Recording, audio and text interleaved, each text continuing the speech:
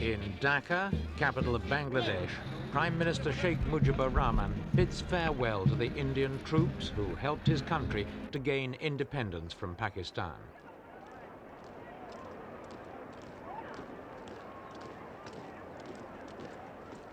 In his farewell speech, Sheikh Mujib said the Indians had played a role unparalleled in history, and one which the citizens of Bangladesh would never forget. The Bengalis certainly have plenty to be grateful for. Their struggle for independence would have been quite impossible without India's enormous sacrifices in men and money. It's estimated that the 2 weeks of war cost the Indians £1 million a day. During that time, they lost 4,000 men, with 8,000 seriously wounded.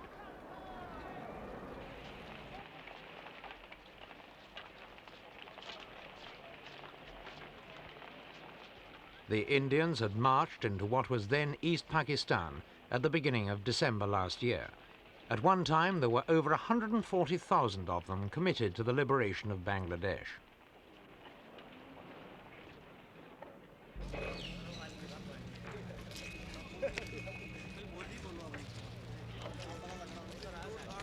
In spite of their gratitude, the Bengalis were glad to see the Indians go, for they're desperately keen to prove to themselves and the world that they're capable of managing on their own.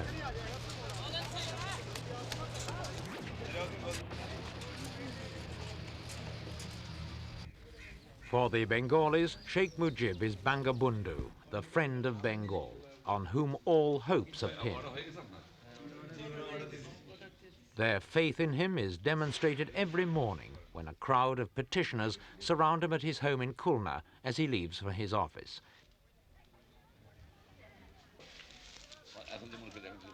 Everyone has a favor to ask, a problem to solve. And for each slip of paper thrust into his hands here, 100 more await him at his desk in Dhaka.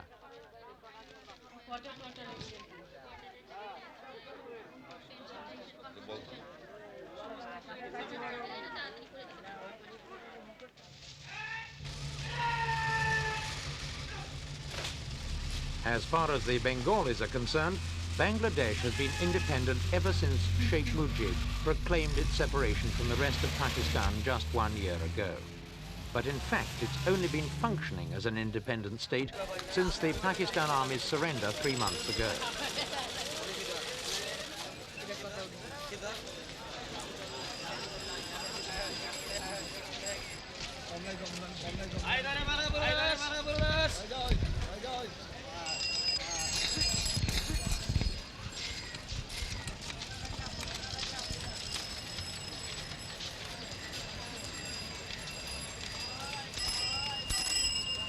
During the past 3 months, the pent-up forces of Bengali nationalism have been given free rein.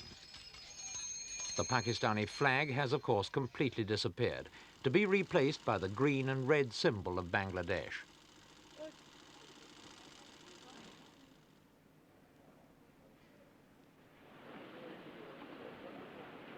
For nearly a quarter of a century, the Bengalis have felt dominated and exploited by the western wing of the country. Having shaken off Western rule, they're now deleting every reference to Pakistan in a nationwide purge that takes in everything from signboards to rubber stamps.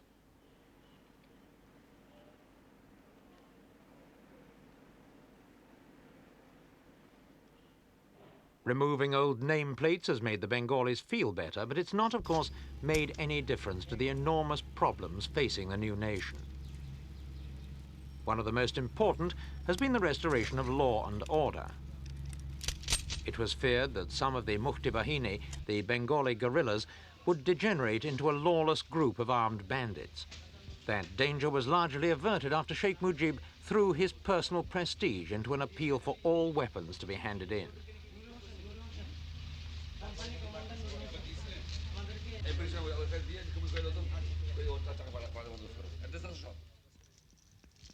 With the handover now completed, the Mukti Bahini contingents have been officially dissolved, and many members have been reconscripted into a new civilian security force.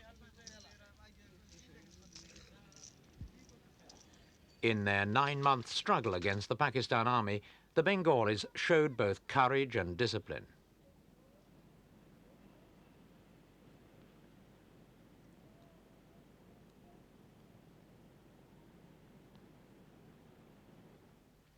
During the war, 250 rail bridges and twice that number of road bridges were either badly damaged or completely destroyed. Total war damage has been estimated at over £460 million, but the cost in human misery is incalculable. It's thought that as many as 10 million Bengali refugees fled into India to escape the Pakistan army. Most of them have now returned, and they're glad to be back, but for the moment at least, they represent more of a financial burden than an addition to the workforce.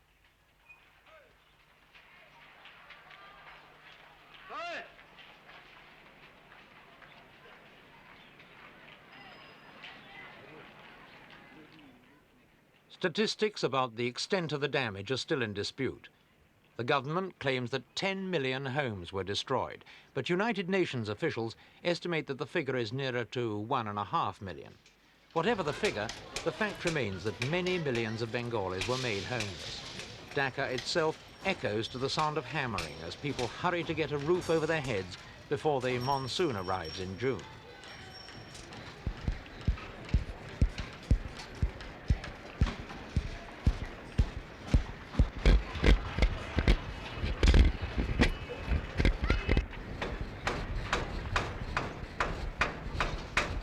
According to United Nations estimates, there's an immediate need for £16 million worth of housing materials, and not everybody is lucky enough to have proper bricks to build with.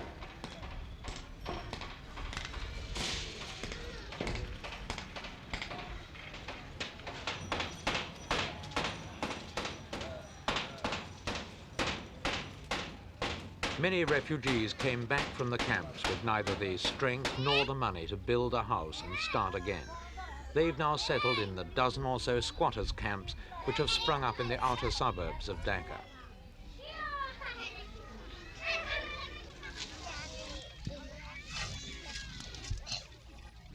According to some Red Cross workers, the poverty here is worse than it was in the Indian refugee camps.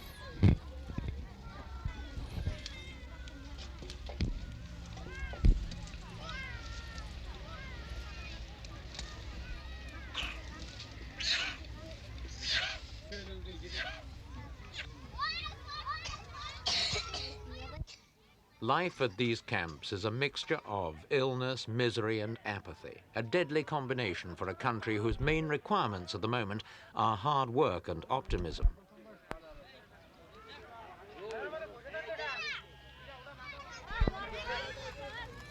Although able-bodied workers are in short supply, the camps swarm with children, a reflection of Bangladesh's general problem of overpopulation. With so many mouths to feed, the food situation has become critical.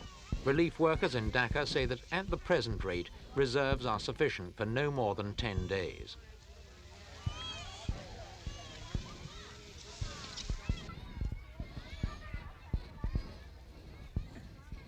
Whatever their present troubles, these refugees are Bengalis and can look to the state for help and protection.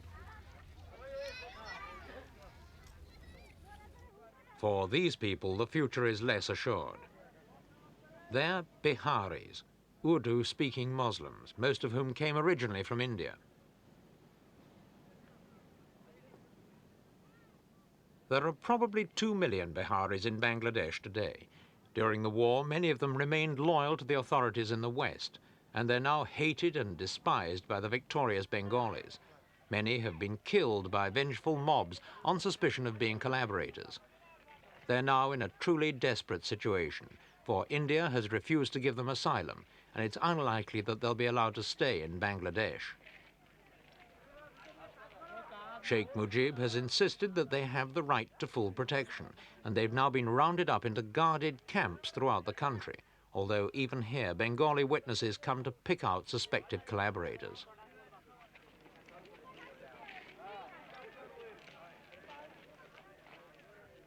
The situation is very delicate and has the makings of yet another tragedy unless the Bengalis, themselves the victims of cruel oppression, make it clear that they have no desire to see the lawful prosecution of war criminals turn into the persecution of a wretched minority.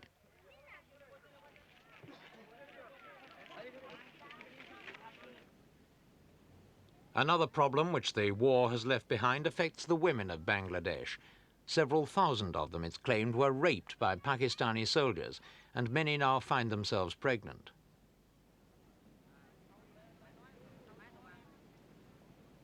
The normal feelings of shame and outrage are increased in this case by political considerations and national pride.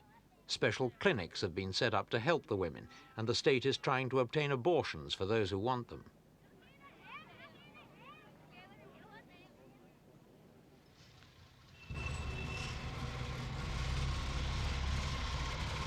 On a more practical level, one of the main problems in Bangladesh today is transport, or rather lack of it. Dhaka, a city of 2 million people, has fewer than 50 buses in running order, and getting a seat isn't easy.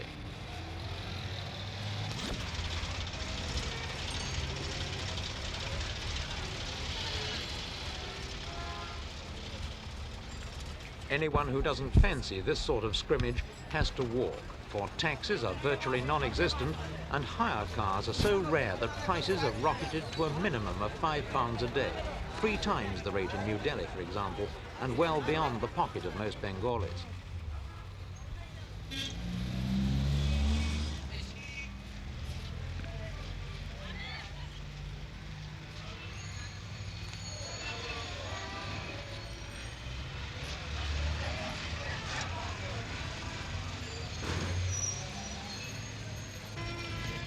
It's not only road transport that's in short supply. Bangladesh is a land of rivers, and in normal times a great deal of its freight is carried by water. The destruction of road and rail bridges has made the waterways even more important than before. The only trouble is that at least a quarter of the nation's fleet of barges and carrier boats were crippled or sunk during the war.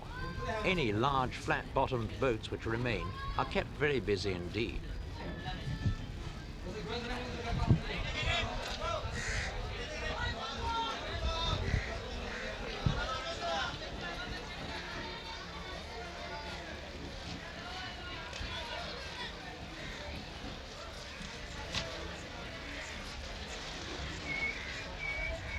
Boats like these are doing a lot to keep freight moving at the local level, but they're too small and there are too few of them to solve the national problems of distribution, such as getting rice from the surplus areas in the north to the areas where it's most badly needed.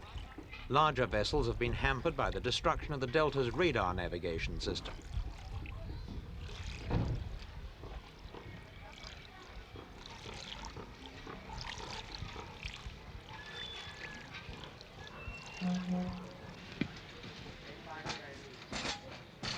The economic future of Bangladesh will depend on this: jute. Before the war, East Pakistan was, with India, the world's foremost producer of jute. Most of the mills were owned by West Pakistanis, and the industry as a whole provided more than half of Pakistan's foreign exchange earnings.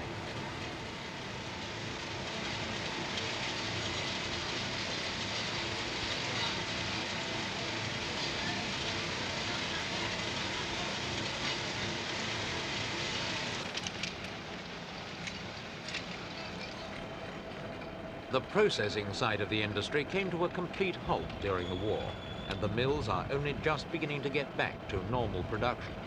The Bengalis are hoping that when everything is fully operational, the industry will account for something like 90% of their foreign exchange earnings.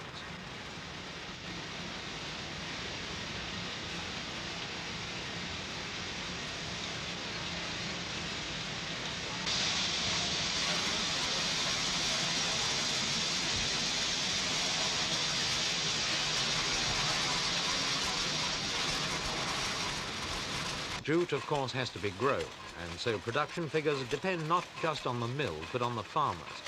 Although earnings have been fairly steady, yields per acre have been dropping in recent years, and the industry is threatened with increasing competition from synthetic substitutes.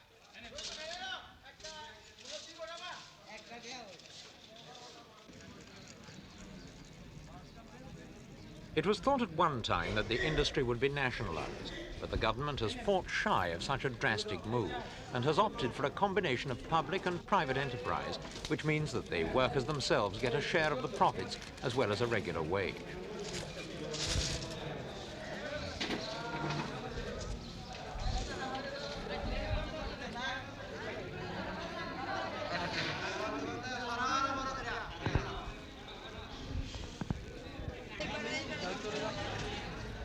For the thousands who aren't lucky enough to have jobs, queues of a different sort.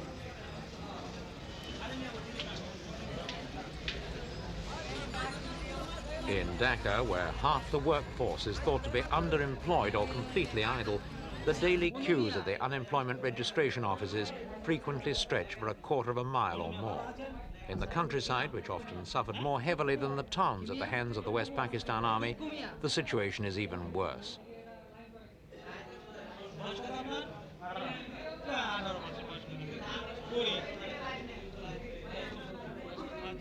The unemployment crisis is inescapably linked to the country's general economic situation, which was never good, not even before the war.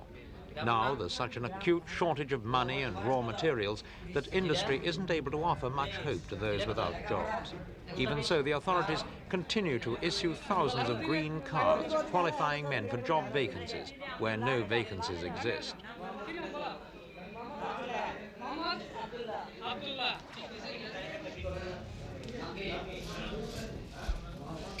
The only hope for Bangladesh lies in help from outside, and the Russians were among the first countries to offer aid to the struggling nation.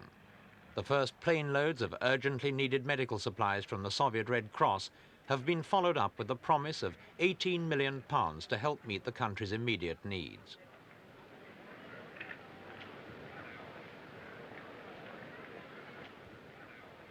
To a large extent, aid is dependent upon international recognition, and Bangladesh has so far been recognized by 52 countries, the two notable exceptions being Communist China and the United States. Most aid is in fact coming via the United Nations, although Bangladesh is not yet a member of the world body. And unless there's a change of policy in Peking and Washington, it's not likely to be. Nobody knows for sure just how much aid Bangladesh requires to make its economy viable, but United Nations Secretary-General Kurt Waldheim has said that never in the UN's history has international aid been needed so urgently and in such amounts.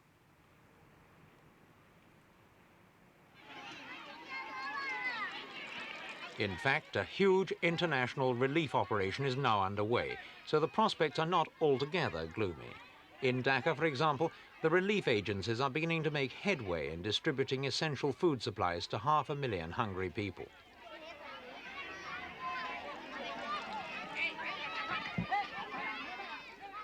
Elsewhere in the country, the situation is more serious, but relief workers report that despite the difficulty of transporting supplies into remote areas, there's no immediate threat of widespread starvation. Even so, there's now a race on against time.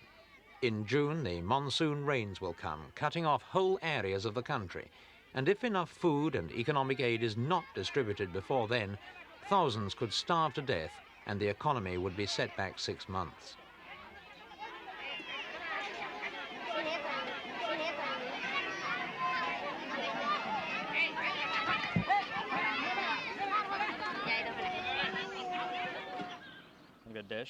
The United Nations relief operation in Bangladesh is directed by Tony Hagen. We asked him for his view of the situation. The main problem is shortage of food.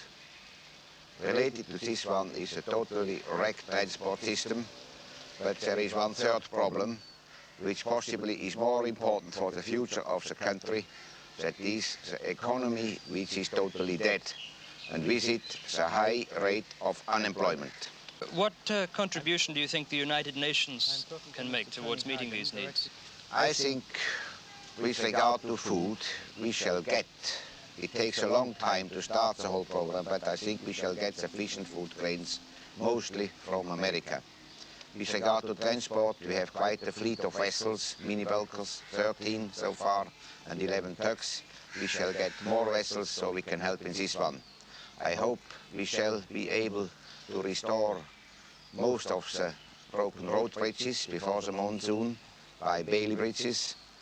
We hope to restore the telecommunication system because this is one of the main obstacles for the government. They don't know what's going on in the country.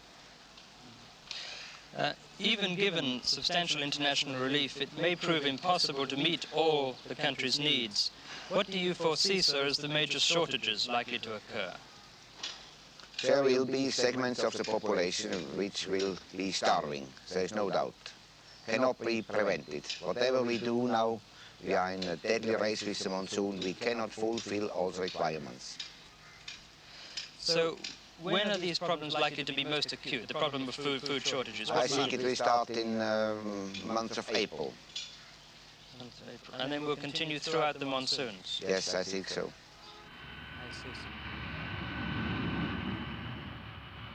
One of the most important foreign visitors to Dhaka during the past few weeks was Robert McNamara, the former American Defense Secretary, who's now president of the World Bank. Bangladesh is not a member of the World Bank, and so there are special problems surrounding the £16 million the bank invested in the country when it was East Pakistan. The bank rules also preclude non-members from cash loans, and so the impression Mr. McNamara formed of Bangladesh during his visit was vital to the country's future prospects. No details of the meeting between Mr. McNamara and the Sheikh were released, but it's likely the World Bank will grant aid in the form of technical assistance.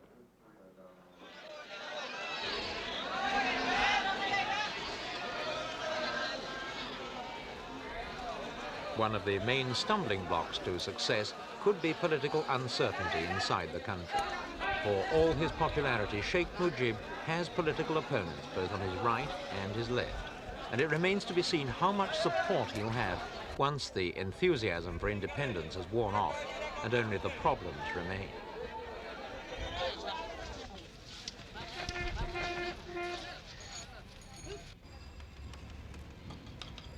With a gross national product of only £24 per head, Bangladesh is one of the poorest countries in the world.